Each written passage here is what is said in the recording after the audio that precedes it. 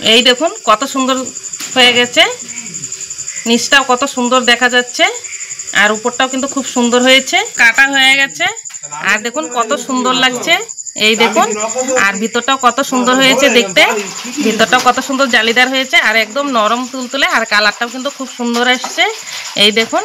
আর প্রত্যেকটাই কিন্তু খুব সুন্দর হয়েছে, এই দেখুন। হাতের কাছে যদি সুজি থাকে, সুজি দিয়ে কিন্তু এইভাবে টিফিন বানাতে পারবেন। এই টিফিনটি বাচ্চারা স্কুলেও নিয়ে যেতে পারবে বা বাড়িতেও খেতে পারবে, আপনারা দাদাদেরকে অফিসেও দিতে পারবেন। দেখুন খুব সুন্দর হয়েছে, একটা খেলে কিন্তু মন ভরবে না, একটা খেলে আরেকটা খেতে ইচ্ছে। বন্ধুরা, নিয়াজ কিচেনে সবাইকে স্বাগত জানাই। আজকে আবারও ফিরে এসেছি নতুন একটা রেসিপি নিয়ে। আজকে আমি বাচ্চাদের জন্য বা বড়দের জন্য ব্রেকফাস্টের জন্য একটি টিফিন বানিয়ে আপনাদের সঙ্গে শেয়ার করব। সেই টিফিনটা আমি সুজি দিয়ে বানাবো। আপনারা প্রত্যেকেই কিন্তু টিফিন খেতে মানে ভারী কিছু সকালবেলা খেতে ইচ্ছে করে বা সন্ধ্যায় কিন্তু খেতে ইচ্ছে করে, সেই টিফিনটি আমি সুজি দিয়ে বানাচ্ছি। আমি কীভাবে বানাচ্ছি আপনারা প্রথম থেকে শেষ পর্যন্ত পুরো ভিডিওটা দেখবেন, আশা করি ভালো লাগবে। চলুন তাহলে দেরি না করে এখন রান্নাঘরে চলুন। এই টিফিনটি বানানোর জন্য লাগবে আমার সুজি। এখানে আমি 10 টাকা সুজি নিয়েছি আর সুজিটা আমি আগের থেকে ভিজিয়ে নিয়েছি। এই সুজিটা এখন আমি মিক্সির জারে সুজিটা পেস্ট করে নিয়ে আসবো। একটু জল দিয়ে দিব, এই বাটিটা ধুয়ে একটু জল দিয়ে দিব। এখন এই সুজিটা আমি পেস্ট করে নিয়ে আসব। সুজিটা পেস্ট করে নিয়ে আসলাম। এখন একটা বাটিতে আমি সুজিটা ঢেলে নেব। আমি মিক্সিতে পেস্ট করে নিচ্ছি, আপনারা শিলনোড়াতেও বেটে নিতে পারবেন।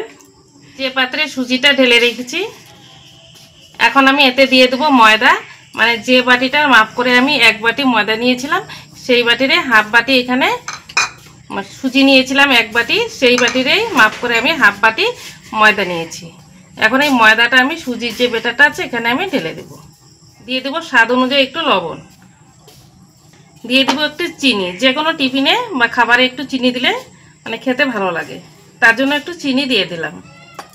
এখন একটা চামচের সাহায্যে আমি খুব ভালো করে মিশিয়ে নেব। আপনারা এখানে ময়দার পরিবর্তে এখানে আটাও ব্যবহার করতে পারেন। এখন একটু খুব আঠালো হয়ে গেছে। যে মিক্সির জারে আমি সুজিটা পেস্ট করেছিলাম সেটা ধুয়ে আমি কিছুটা জল এখানে দিয়ে দেব। এখন আমি খুব ভালো করে সুজিটা আর ময়দাটা জলের সঙ্গে খুব সুন্দর করে মিশিয়ে নেব। খুব সুন্দর করে মিশিয়ে নিয়েছি, যেন একদম দানা দানা ভাব না থাকে।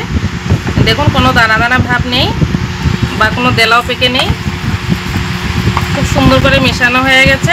এখন আমি ঢাকা দিয়ে কিছুক্ষণ রেখে দিব। আর তার মাঝে আমি একটা তরকা বানিয়ে নেব। তরকাটা বানানোর জন্য কড়াতে আমি দিয়ে দিব তেল, অল্প করে তেল দিয়ে দিলাম। দিয়ে দেবো একটু পাঁচফোড়ন, দিয়ে দিলাম একটু মুগ ডাল, কারি পাতা, দিয়ে দেবো চিলি ফ্লেক্স, দিয়ে এখন নাড়াচাড়া করে ভেজে নেব। তরকাটা হয়ে গেছে, এখন নামিয়ে নেব। যে ব্যাটারটা বানিয়ে রেখেছি এখানে দিয়ে দেবো আমি। এখন দিয়ে দেবো কিছুটা জোয়ান। আপনারা জোয়ানের পরিবর্তে এখানে জিরে ব্যবহার করতে পারেন। সমস্ত উপকরণ দেওয়া হয়ে গেছে, এখন আমি খুব ভালো করে মিশিয়ে নেব।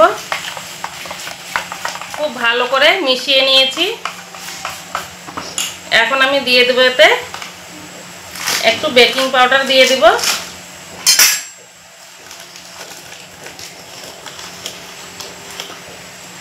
এখানে হাফ চামচ আমি বেকিং পাউডার দিয়ে দিলাম।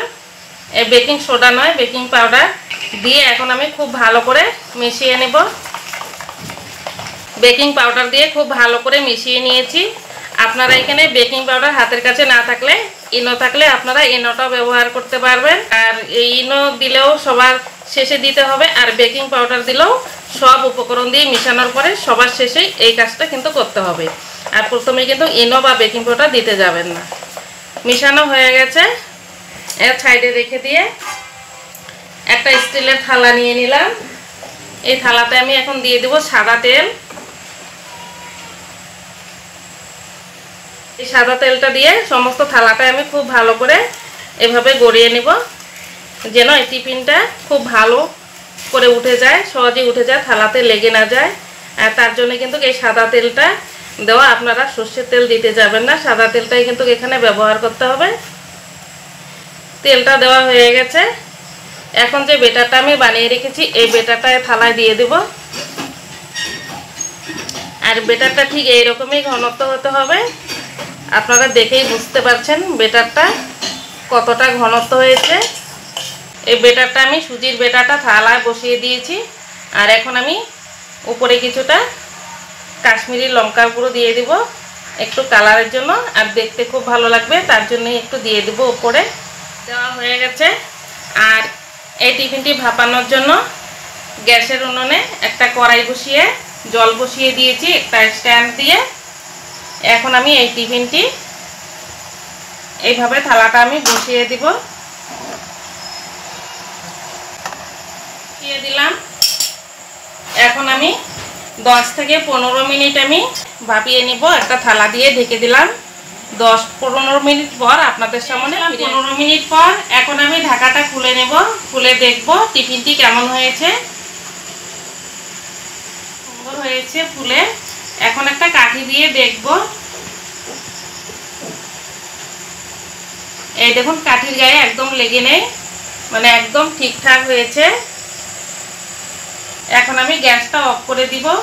অফ করে দিয়ে থালাটা আমি নামিয়ে নেব। এখন আমি ঠান্ডা করে নেব। গরম অবস্থা তো দেখানো যাবে না, ঠান্ডা করে তারপরে আপনাদের দেখলাম। আর দেখুন চারপাশটা কত সুন্দর ছেড়ে গেছে, আগুন ইচ্ছে কিন্তু ছেড়ে গেছে এই দেখুন। আর উপরটা কত সুন্দর ফুলে গেছে দেখে আপনারা বুঝতে পারছেন। এই দেখুন এখন আমি ছুরি দিয়ে এক সাইড দিয়ে আমি এইভাবে তুলে নিচ্ছি।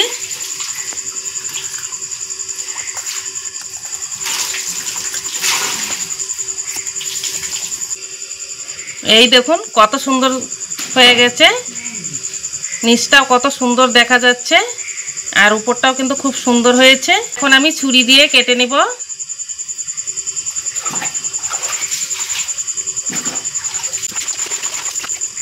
এই দেখুন বন্ধুরা কাটা হয়ে গেছে। আর দেখুন কত সুন্দর লাগছে এই দেখুন। আর ভিতরটাও কত সুন্দর হয়েছে দেখতে, ভিতরটাও কত সুন্দর জালিদার হয়েছে আর একদম নরম তুলতুলে। আর কালারটাও কিন্তু খুব সুন্দর আসছে এই দেখুন। আর প্রত্যেকটাই কিন্তু খুব সুন্দর হয়েছে এই দেখুন। হাতের কাছে যদি সুজি থাকে সুজি দিয়ে কিন্তু এইভাবে টিফিন বানাতে পারবেন। এই টিফিনটি বাচ্চারা স্কুলেও নিয়ে যেতে পারবে বা বাড়িতেও খেতে পারবে, আপনারা দাদাদেরকে অফিসেও দিতে পারবেন। দেখুন খুব সুন্দর হয়েছে। একটা খেলে কিন্তু মন ভরবে না, একটা খেলে আরেকটা খেতে ইচ্ছে করবে। খুব সুন্দর হয়েছে।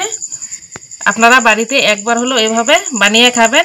আর আজকের এই রেসিপিটি ভালো লাগলে আপনারা লাইক কমেন্ট করবেন। আপনাদের লাইক কমেন্ট আমার নিত্য নতুন রেসিপি করার জন্য অনেক উৎসাহিত আছে। আর চ্যানেলটিকে সাবস্ক্রাইব করে পাশে থাকবেন। আর ততক্ষণে সুস্থ থাকবেন, ভালো থাকবেন। ধন্যবাদ।